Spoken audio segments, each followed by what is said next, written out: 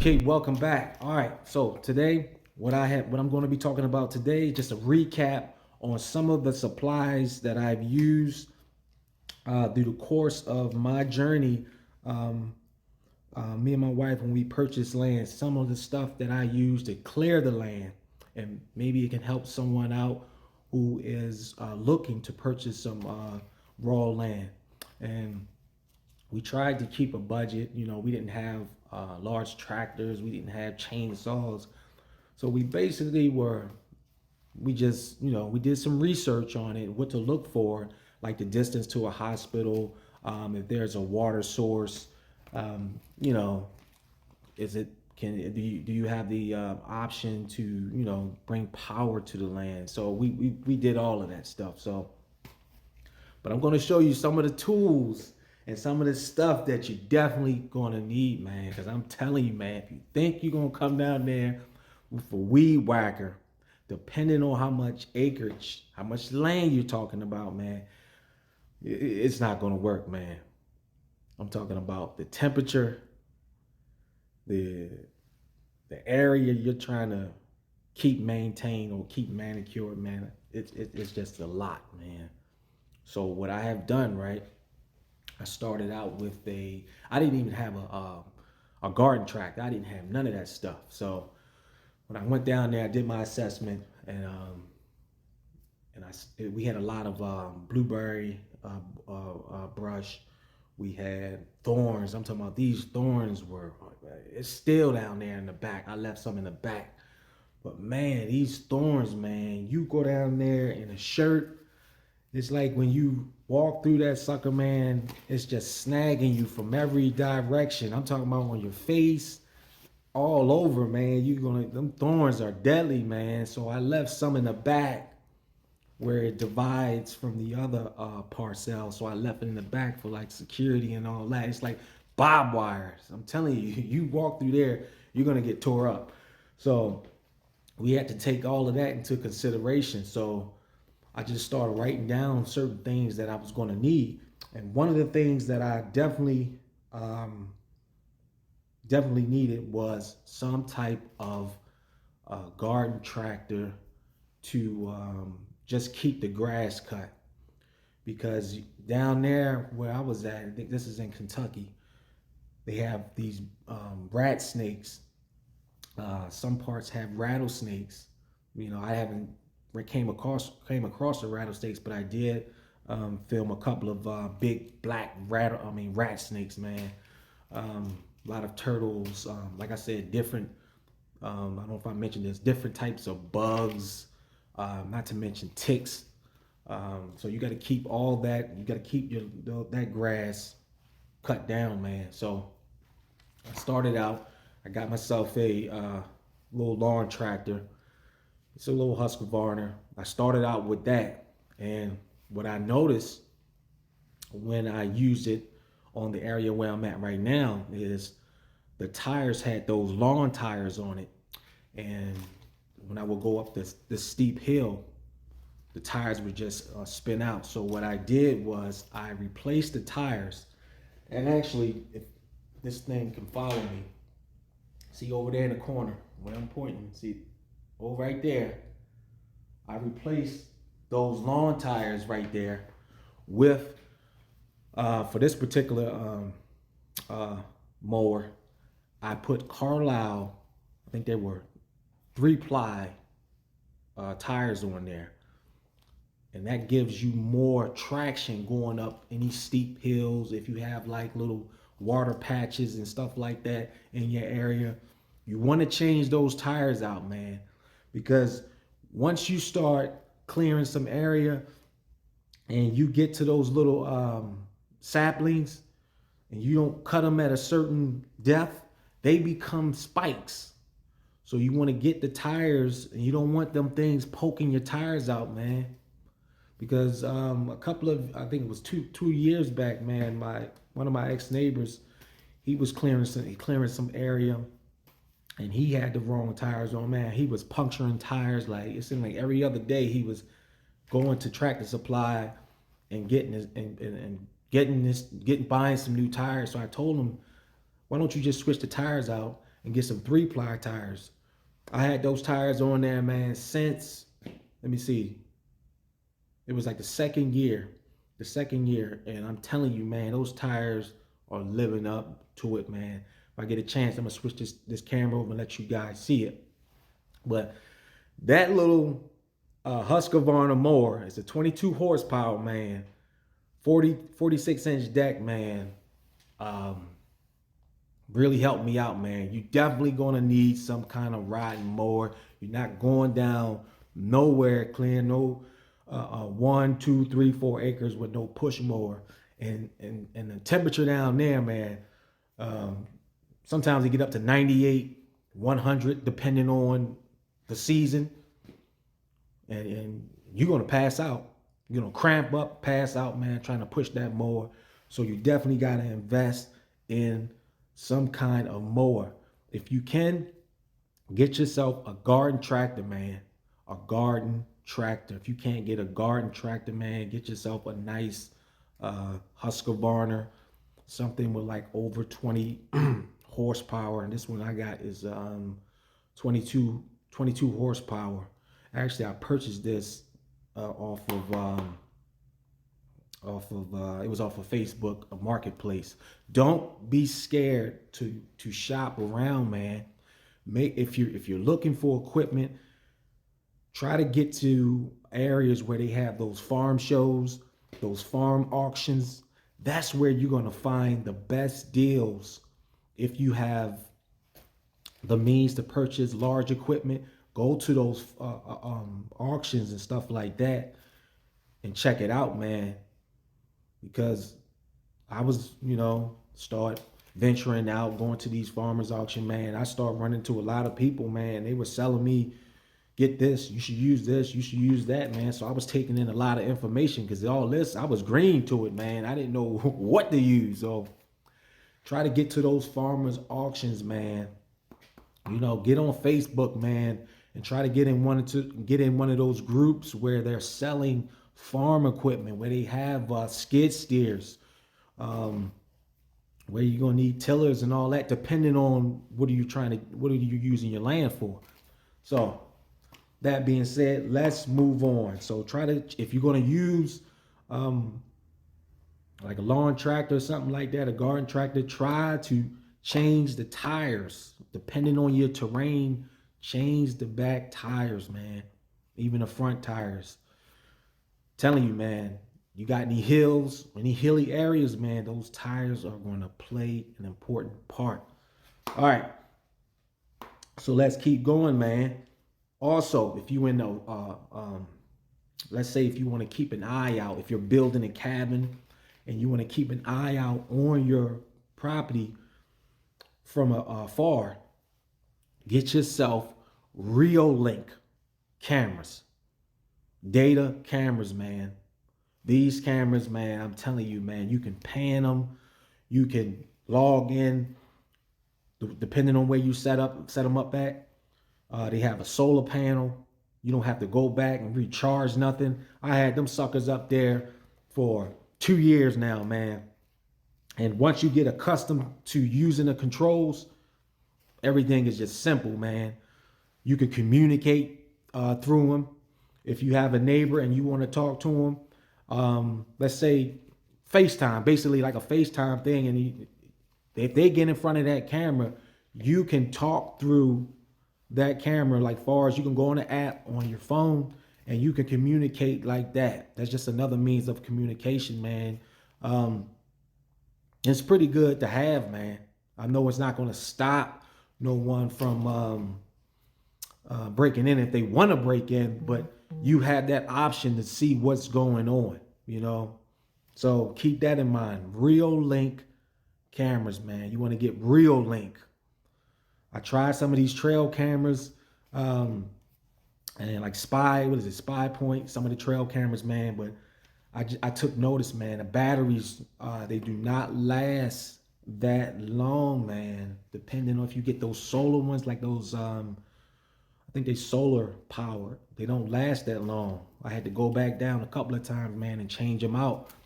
But these Reolinks, man, they are holding up, man. They have night vision, all that stuff, man. So You want to keep, um, just write that stuff down, man, and keep that in mind, man. That those cameras right there, man, I'm telling you, they are good cameras. Also, man, get yourself a nice generator. You're gonna need some power down there for those power tools, depending on what you're trying to build. If you're trying to build like a storage shed to keep some of your equipment down there, um, just get yourself a nice generator. Also, get some toe straps and some heavy duty chains. You're gonna need some chains, some toe straps, man, because you're gonna need some of chains to pull um, some of them trees and everything. You want to move some of that stuff around, so you're gonna need some chains and some toe straps.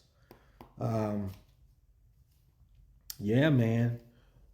Chainsaw. You're definitely gonna need a chainsaw, man. Uh, I'm just I purchased another chainsaw right here.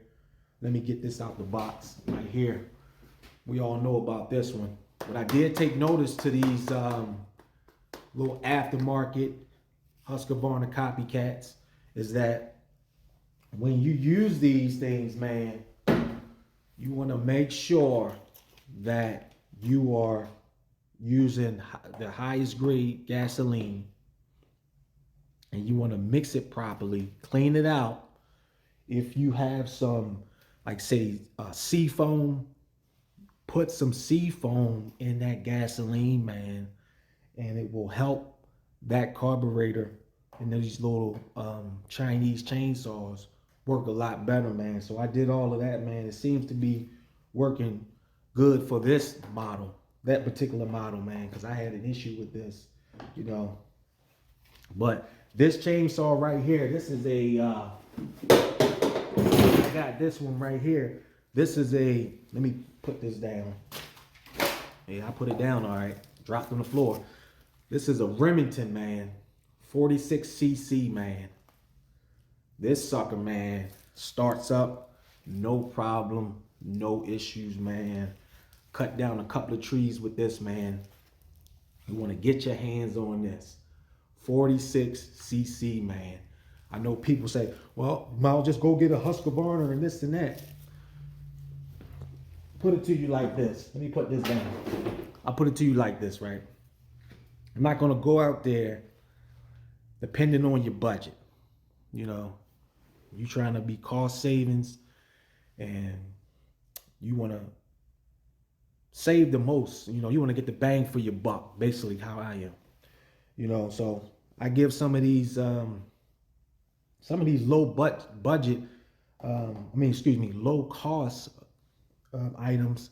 I give them a shot to see, and then do my feedback on them, and then I'll let the seller know, or I'll let the manufacturer know how the product, you know, if it held up or not.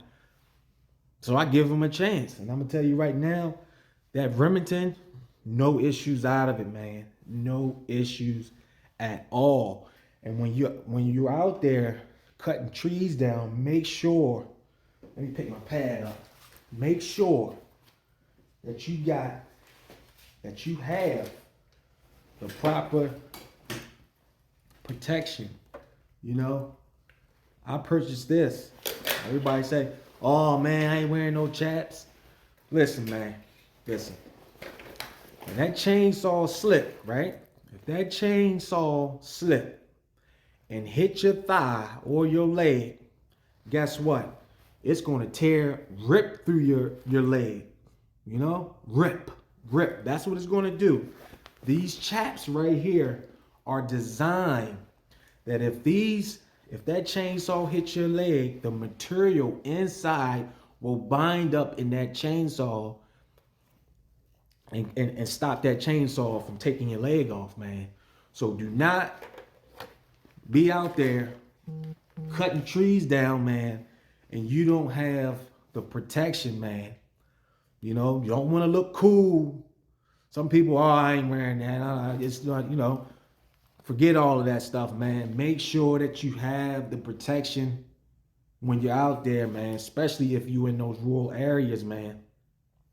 And you out there by yourself cutting down something, you cut your leg and bleed out, you're done.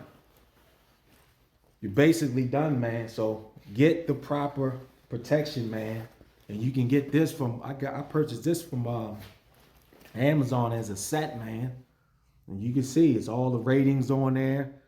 Um, Everything, man. Pockets on there, got pockets. You got your earmuffs. All this came in a set. So make sure you get yourself the safety equipment that you need. A couple of axes you're gonna need. Get yourself a nice axe. You can go to Lowe's, Tractor Supply, Home Depot. Get yourself a nice axe and stuff like that. Now, if you're looking for something to, let's say, an inexpensive ATV, Tile Motors, they do have these little ATVs on they're not gonna break the bank, man. And I'm telling you, it's not a Polaris, it's not a Honda, it's not one of those high-end ATVs, man. But I'm telling you, if you just want to canvas your area, man, and you don't want to keep jumping into your car, this sucker right here, man, I'm telling you, let me back up. But this little bull right here, this little 200cc, well, actually it's probably 190, man, has a lot of torque in it, man. Trust me, man. You know, I'm not gonna go out there and spend $5,000, $6,000, man. You know, depending on your budget. If you can, go out there, buy yourself a Polaris, and you know, one of them high-end shaft-driven ATVs. But I'm saying, if you want something that kick around and beat up, here you go right here, man. Get yourself a Tile Bull, man. One of these Tile Bulls. I'm talking about me. This is me. I'm just using far as my budget. That's going to do the same thing like the other high ends, depending on your needs. Now, if you're going to do mudding and if you're going through big ponds and all that, by all means, go out there and get yourself a shaft-driven ATV. But I'm telling you the stuff that's working for me, man. With 7 acres of land, man, this sucker get me around with no issues. I put a, let's turn this way. I put a, let's see this. I put a light bar on this sucker, man. Put some hand guards on it. And I put, let's bend down some. I even put a little winch on it, man. Everything works good, man. Works good. Got some nice tires on here. And let me show, and let me also, when you purchase and stuff, right? That's not really popular on the market. Do your review on it, man. Send a feedback to the manufacturer or the seller, right? This is what they do, right? You know, this is what I experienced. Right? Listen, man. Do your little review on it, man. Seller sends you extra stuff, man. Just by doing a review. Look at that. Extra air box intake. They sent extra. Let me get this out. Extra carburetor on here, man, and ignition. What's this here? Look at that. Ignition key. And front and back brakes for this, man. Just by doing a review. Just by giving my review on $1,700, $1,900. If you get it mechanic inspected, like pre-ordered with the mechanic, inspecting everything and basically putting everything together and doing like a quality inspection on it. It comes in the trailer, a little small trailer, delivered right to your door, man. Superior Motorsports, man. Check them out. They don't pay me. I don't get no commission on none of this stuff. But check them out. Also, now, if you got heavy brush, you want to get those thorns and everything out, man, get yourself if you got the means, get yourself a large pull behind brush hog. But if you don't have the means to get one of those 30,000, 15,000 tractors, or because if you get a compact tractor, you're going to spend between 10,000 for the tractor. Once they add up all the packages, if you're buying it new, if you're going to get let's say a straight blade, all the attachments you need, you're going to need all that depending on your area.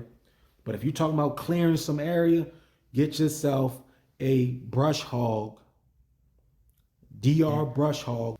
Got a generator over there where you can take the front of your DR off and attach that generator, man. It'll power your whole home from that.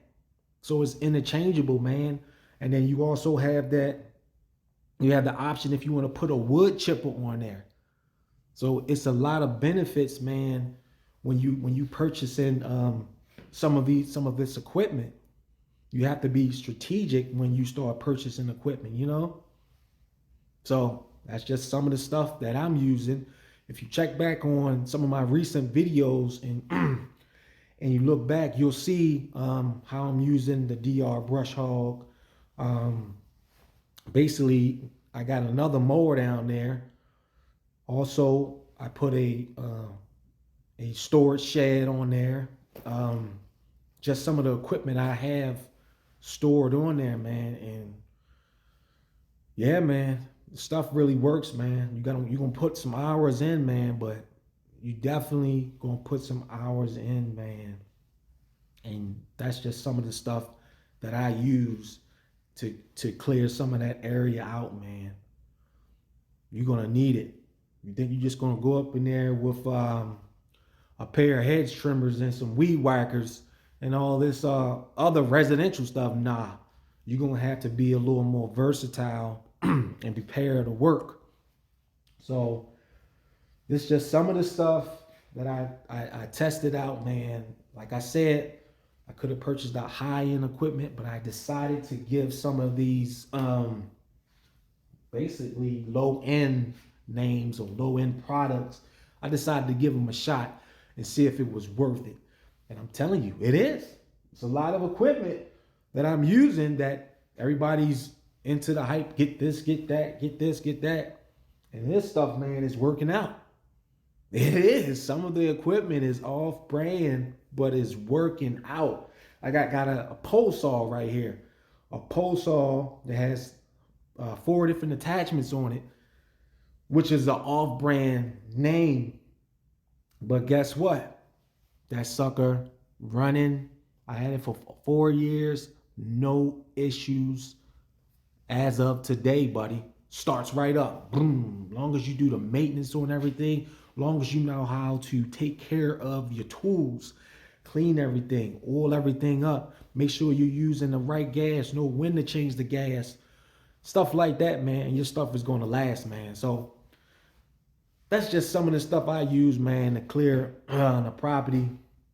I'll try to throw some footage in here. I'm already 25 minutes in, but I'll try to throw some of the footage in here of me using some of this stuff, man. But yeah, man.